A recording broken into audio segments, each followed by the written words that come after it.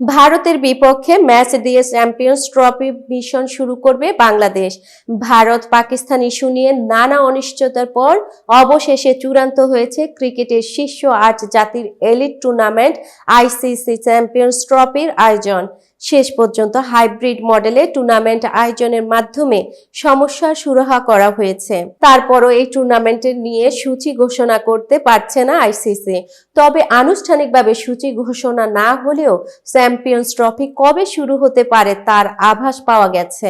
Pakistan cricket বোর্ডের PCB একটি সূত্র দেশটির গণমাধ্যমে জানিয়েছে ১৯ ফেব্রুয়ারি শুরু হয়ে ৯ মার্চ পর্যন্ত চলবে এবারের চ্যাম্পিয়ন্স ট্রফির আসর। সূত্রটি জানিয়েছে নিউজিল্যান্ডের বিপক্ষে স্বাগতিক পাকিস্তানের ম্যাচ দিয়ে এবারের চ্যাম্পিয়ন্স ট্রফির পর্দা উঠছে। আর ক্রিকেট ভক্তদের কাঙ্ক্ষিত ভারত পাকিস্তান ম্যাচ অনুষ্ঠিত হবে ২৭ ফেব্রুয়ারি। সূত্রের তথ্য মতে উদ্বোধনী দিনের পরদিনই টুর্নামেন্টে বাংলাদেশের অভিযান শুরু হবে। আগামী ২০ ফেব্রুয়ারি ভারতের বিপক্ষে নিজেদের প্রথম ম্যাচে মাঠে নামবে টাইগাররা। পাকিস্তানে অনুষ্ঠিত ম্যাচগুলো গড়াবে করাচি, লাহোর ও রাওয়ালপিন্ডি স্টেডিয়ামে।